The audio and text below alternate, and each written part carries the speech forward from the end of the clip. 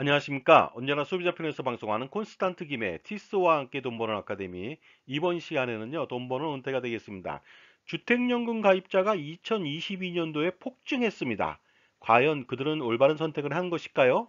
혹시라도 이제 가입자들은 모두 나중에 집을 날리게 될 리스크는 없을까요? 여기에 대해서 알아보도록 하겠습니다. 먼저 사자성어부터 알아보도록 하겠습니다. 이 글자는요, 소탐대실이라고 있습니다. 이 뜻은요, 적은 이익을 취하려다 오히려 엄청난 손실을 당한다는 뜻이 되겠습니다. 사람이 어떻게 엄청난 손실을 당하겠습니까? 알고도 당하는 일은 없겠지만요, 몰랐다면 이제부터 손실을 줄일 필요는 있을 것 같습니다. 2022년도 하반기에는 이런 일이 있었습니다. 주택연금 가입을 빨리 하라고 했습니다. 이유는 이렇습니다. 금리가 앞으로 인상될 것 같고요.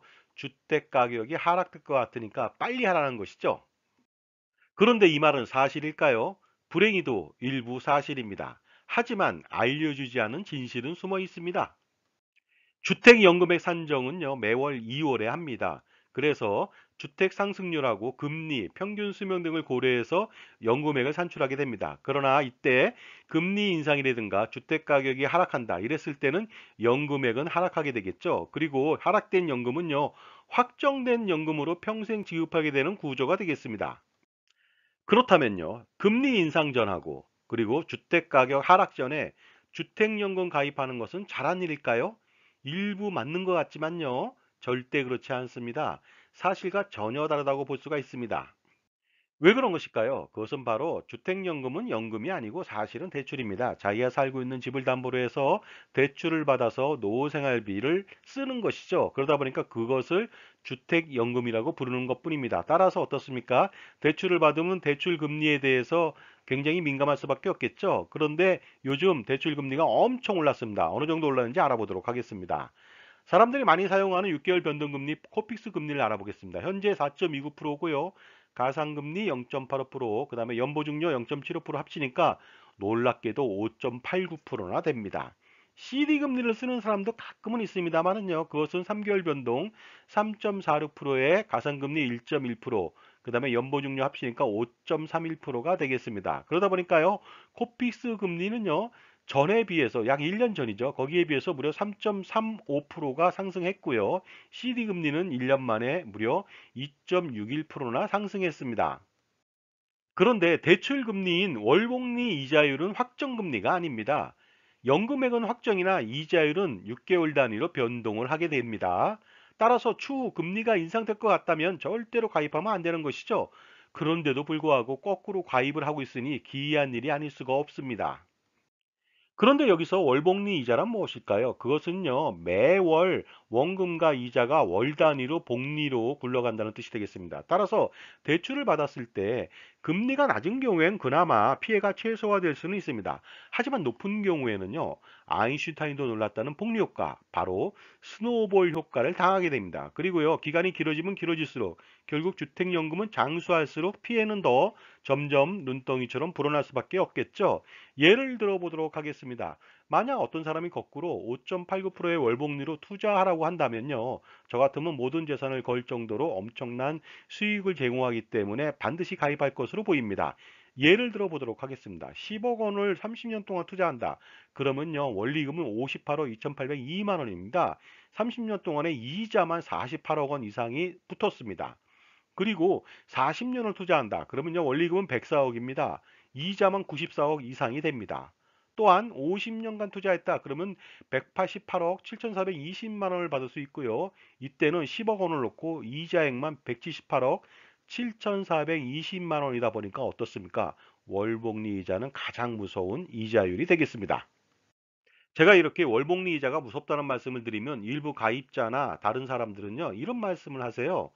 내가 주택연금 받으면서 이자 내지 않고 있고요. 설사 낸다 하더라도 살아있는 동안 내가 내는 것은 아니지 않느냐. 그렇기 때문에 아무 문제 없다고 얘기들 하세요. 과연 그럴까요? 절대 그렇지 않습니다. 그것은요, 평생 살아온 내 집에 대한 그런 생각을 가지면 절대로 안 됩니다. 결국 상속인인 자녀들이 집을 팔아서 공매로요, 이자를 갚아야 된다는 것이 되겠습니다. 그러다 보니까 부담이 아닐 수가 없겠죠. 결국 왼쪽 주머니 돈이나 오른쪽 주머니 돈이나 다르지 않고 다 내 돈이란 뜻이 되겠습니다. 그러므로 소중한 내 집을 조자룡이 헌창 쓰듯 막으면 절대로 안 되겠습니다. 그럼에도 불구하고 주택연금의 대안을 찾아보지도 않은 상태에서 무조건 주택연금을 가입하는 사례가 많습니다.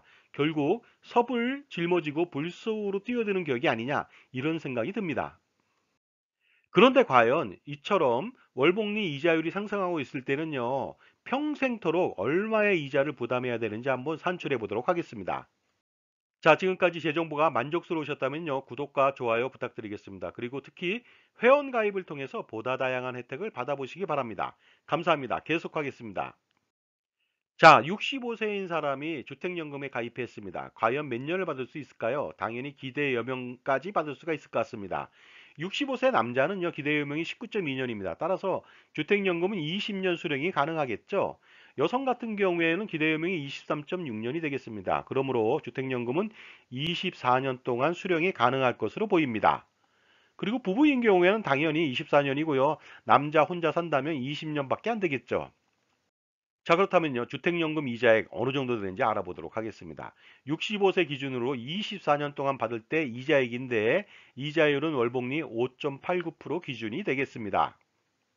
자, 먼저 주택가격 3억 원일 때입니다. 65세 때부터 매월 76만 5천 원을 평생 받을 수 있는데 24년간 2억 2,032만 원을 받습니다. 최초 주택가격 대비해서 73.44%밖에 받지 않습니다. 하지만 어떻습니까? 내야 되는 이자는요, 놀랍게도 그 받은 연금액보다 훨씬 많습니다. 2억 8,074만 원이나 됩니다. 정말 놀랍죠? 그런데 만약에 기대유명보다 10년 더 산다고 가정하면 어떤 일이 벌어질까요? 당연히 어떻습니까? 3억 1212만 원의 연금액을 받을 수가 있겠습니다. 하지만요, 내야 되는 이자는요, 놀랍게도 그 두 배가 넘습니다. 7억 1420만 원이나 됩니다. 다음은 주택가격 5억 원일 때 알아보겠습니다. 매월 127만 6,070원을 받을 수 있고요. 24년 동안 3억 6,751만 원을 받을 수가 있습니다. 하지만 내야 되는 이자액은요, 4억 6,826만 원까지 올라갑니다. 그리고 10년 더 연금을 받는다면요, 토탈 받는 연금액은 5억 2,064만 원입니다. 그러나 내야 되는 이자액은요, 놀랍게도 두 배가 넘습니다. 11억 9,127만 원입니다. 결국 주택연금은요, 고금리 하에서 장수하면 할수록 어떻습니까? 최악의 연금이 된다는 사실을 여실히 보여주고 있습니다. 다음은 주택가격 7억 원일 때입니다.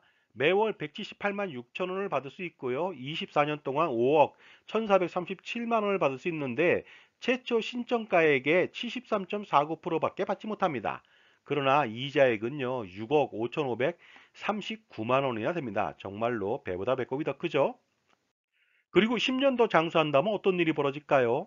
당연히 연금액은 좀 늘겠죠. 7억 2,869만 원이 되겠습니다. 하지만 놀랍게도 이자 부담액은요, 그보다 거의 10억 원 가까이 더 많이 내야 됩니다. 16억 6,734만 원이나 됩니다. 정말로 놀랍습니다. 이번에는 주택가격 9억 원일 때 알아보도록 하겠습니다. 매월 229만 6천 원을 받을 수 있고요. 24년 동안 6억 6,125만 원을 받을 수가 있습니다. 그리고요, 내야 되는 이자 부담액은요, 무려 8억 4,254만 원이 됩니다. 그리고 장수하는 경우에는요, 9억 3,677만 원을 받을 수 있으나 내야 되는 이자 부담액은요, 20억을 넘깁니다.